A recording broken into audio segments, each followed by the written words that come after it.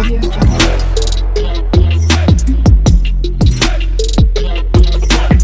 Audio Jungle.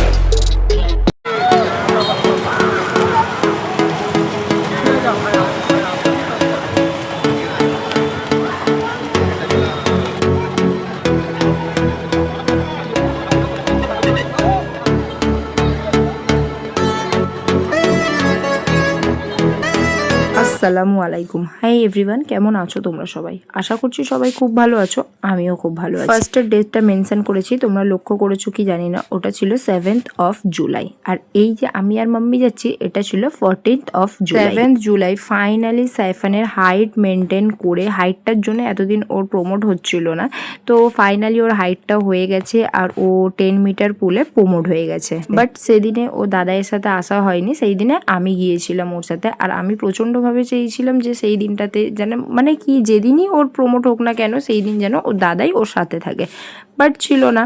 তো তার পরে ঠিক এক সপ্তাহ মতো ওর আর পুলে যাওয়া হয়নি। তার কয়েকদিন পরেই ওর আবার কারাটা ইন্টারন্যাশনাল চ্যাম্পিয়নশিপ ছিল। তোমাদের যে বললাম না হাইট মেনটেন হয়নি, এটা কিন্তু ভেবো না যে সাইফান ও বয়সের তুলনায় হাইট শর্ট আছে। ওদের বয়সের তুলনায় কিন্তু ওর হাইটটা লং আছে, বাট ও একদম ছোটতে, মানে 2+ এজে ওর যেহেতু সুইমিং এ অ্যাডমিশনের একটা লেভেল থাকে, ওই লেভেলের হাইটটাও ক্রস করে গিয়েছিল, তাই তখন ওর পাপা কিন্তু ওকে অ্যাডমিশন করিয়ে দিয়েছিল।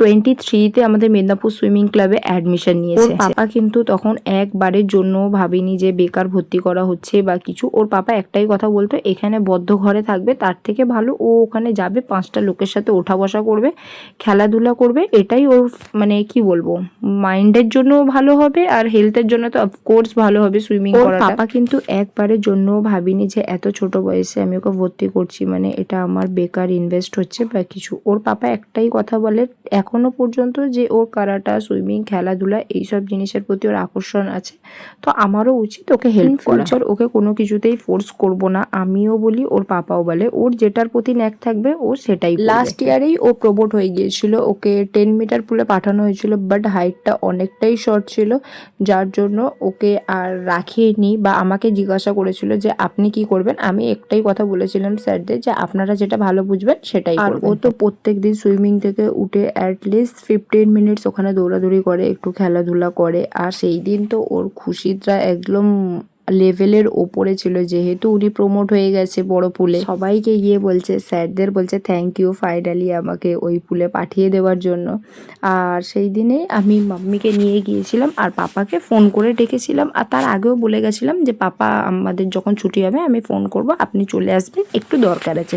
পুরোটাই ছিল সারপ্রাইজ পাপা মাম্মির জন্য। আমি আর ইরফান লাইফে কি করলাম জানি না, তবে এতটুকু রিয়েলাইজ করি যে অনেকটা পরিমাণে পাপা মাম্মির থেকে আমরা দোয়া কুড়াতে পেয়েছি। আর তার দরুন আমরা কি যে পেয়েছি জানো তো, সব থেকে আরও বড় জিনিস যেটা না বললেই নয়, যে আমি আমার সাইফানকে একটা ছোট্টবেলার ভালো শৈশব দিতে পারছি। আজকাল কটা মানুষ তাদের গ্র্যান্ড প্যারেন্টসকে পায়, বাট আমি লাকি যে সাইফান অ্যাটলিস্ট এখনও পর্যন্ত ওর গ্র্যান্ড প্যারেন্টসকে পাচ্ছে। জানি না ইন ফিউচার ওর পাপার অফিসের জন্য যদি বাইরে শিফট হতে হয় বা অন্য কিছু যদি করে, সেটা আলাদা ব্যাপার, তবে আমাদের ইচ্ছা যেখানেই যাই না কেন পাপা মাম্মিকে নিয়ে যাব। এই যে পাপা মাম্মিকে আমি নিয়ে গেছিলাম, এটা কিন্তু ইরফানের কাছেও টোটালি সারপ্রাইজ ছিল। ও কিন্তু জানতো না যে না সেই দিন আমি আর পাপা মাম্মিকে দিয়ে বাইরে খাবার কোনো প্ল্যান আছে বা আদার্স কিছু।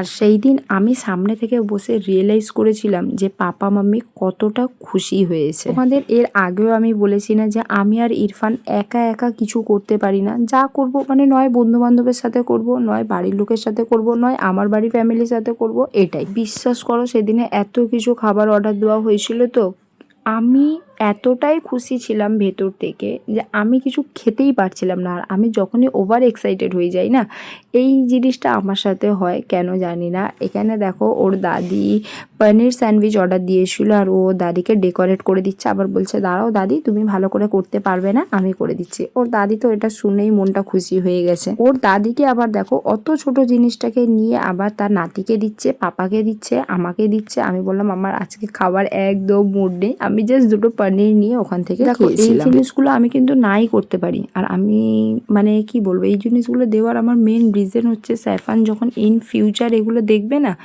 হয়তো কিছু রিলেট করবে, হয়তো ও ভাববে যে না চলো আমার বাবা মা এটা করেছে মানে আমাকেও করতে হবে, আমি এইভাবে বড় হয়েছি। আর আশা করছি ও যেটা দেখে বড় হবে ও সেই তেমনই হবে। তারপর দেখো আমরা যে সেলিব্রেট করে খাচ্ছি ও প্রমোট হওয়ার জন্য, আর ওর পাপার জন্য নেবো না এটা তো হতেই পারে না।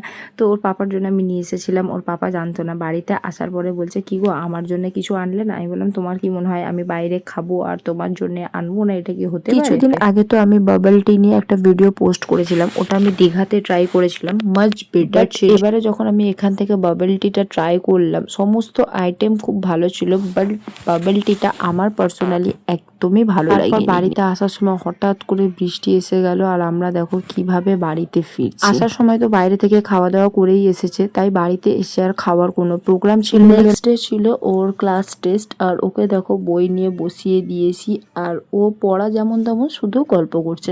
তবে হ্যাঁ এখন পড়াশোনা না করতে চাইলেও আমি একটা কথা বলতে পারি, ও অনেক কম বয়সে রিডিংটা কিন্তু খুব সুন্দর পড়ে। মানে আমি প্রায় টাইমে ওকে বলি যে বাবু তুই একটু রিডিং পড়, আমি শুনি। সবকিছু মিলিয়ে মিশিয়ে সন্ধ্যাটা খুব ভালোই কাটিয়েছিলাম। আল্লাহর কাছে আমার একটাই জিনিস চাওয়ার, যে সবাইকে নিয়ে আমি যেন খুব ভালোভাবে হাসি খুশি ভাবে বাকি দিনগুলো কাটিয়ে ফেলতে পারি। তোমরাও দোয়া করো আমি যেন সারা জীবন এইভাবে হাসি খুশি থাকতে পারি। আল্লাহ হাফিজ।